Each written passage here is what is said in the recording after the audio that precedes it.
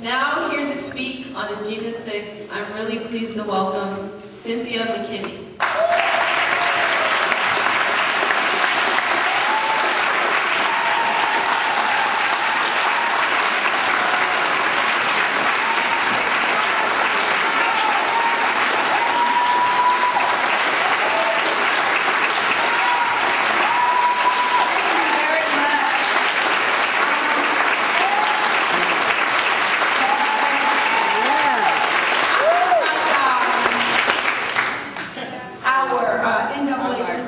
Represented Mr. Bible, because I should have known that I would have a microphone put before my mouth.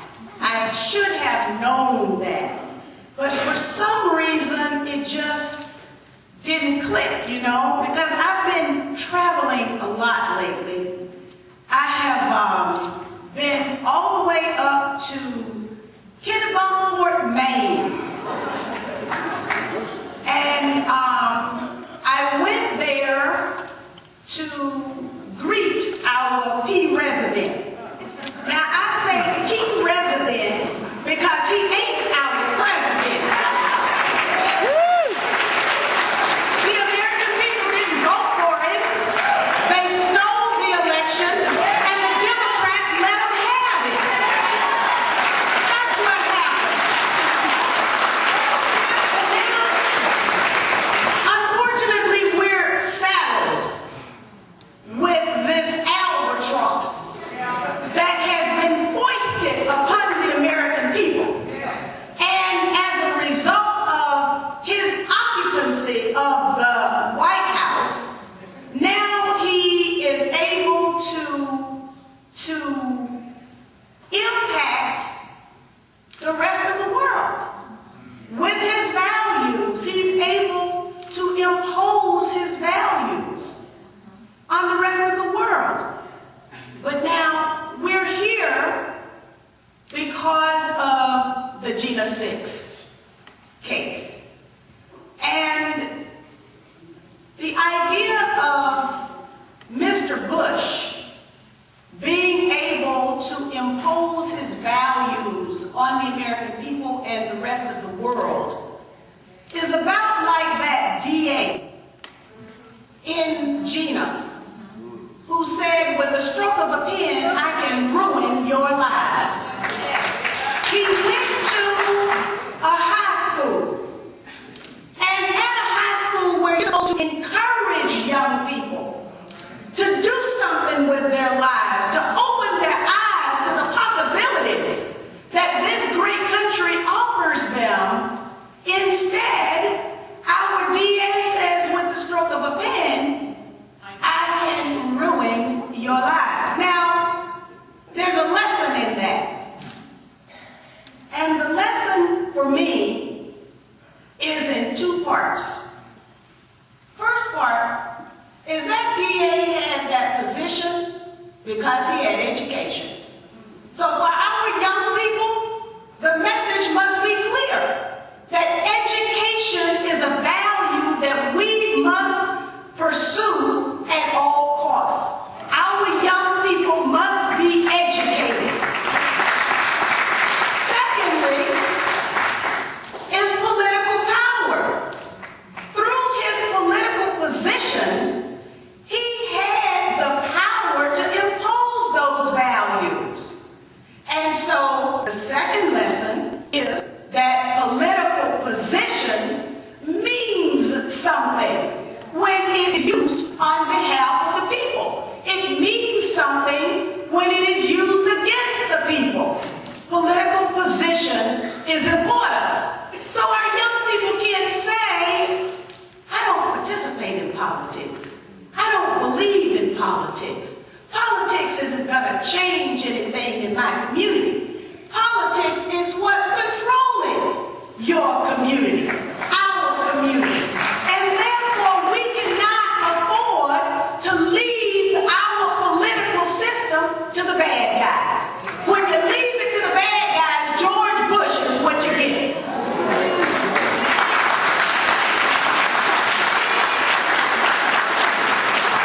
But the other thing is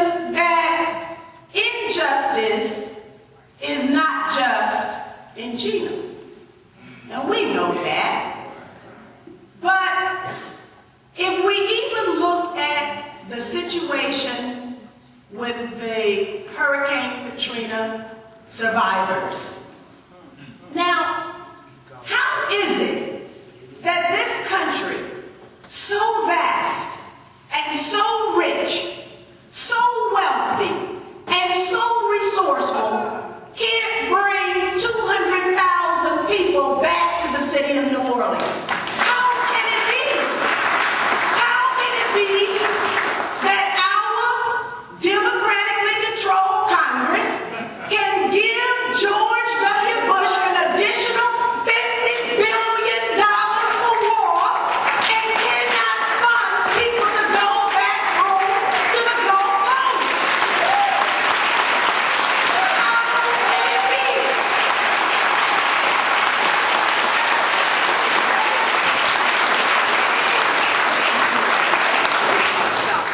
How can it be that even before the Democrats were in the majority, and there was a committee that was set up for the express purpose of trying to find out what happened with Hurricanes Katrina and Rita?